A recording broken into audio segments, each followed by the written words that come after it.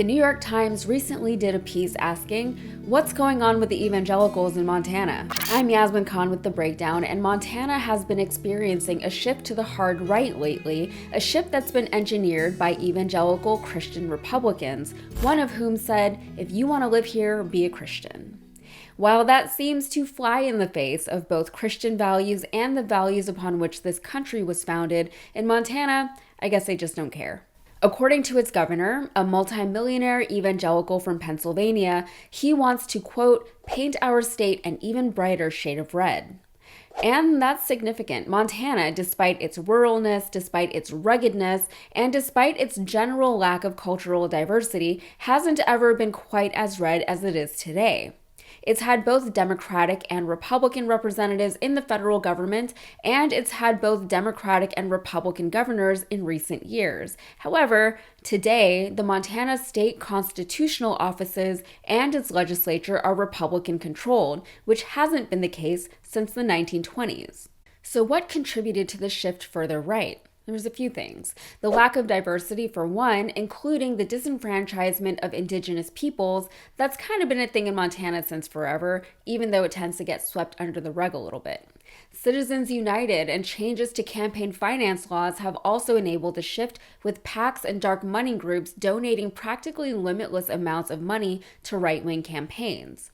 The overall state of national politics has also helped to eviscerate any bipartisanship that might have existed between the two parties in Montana, with the Democrats losing standing due to national narratives.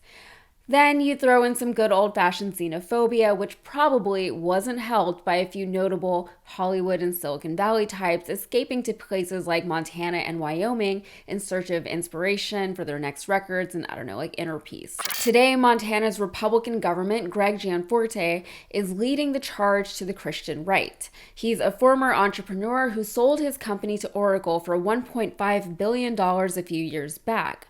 Now, he's earned a reputation outside of his state for being anti-LGBTQ, for suing a state agency over a land use issue regarding one of his private properties, for assaulting a reporter from The Guardian who pointed out to him that a bill he supported would cause 23 million people to lose their health coverage, and for believing in creationism over evolution, even going so far as to subscribe to a biblical explanation for the dinosaurs. And honestly, I guess that's better than the people who just outright deny the existence of dinosaurs, I guess. Now the Montana state government is attempting to make all of the predictable right-wing moves.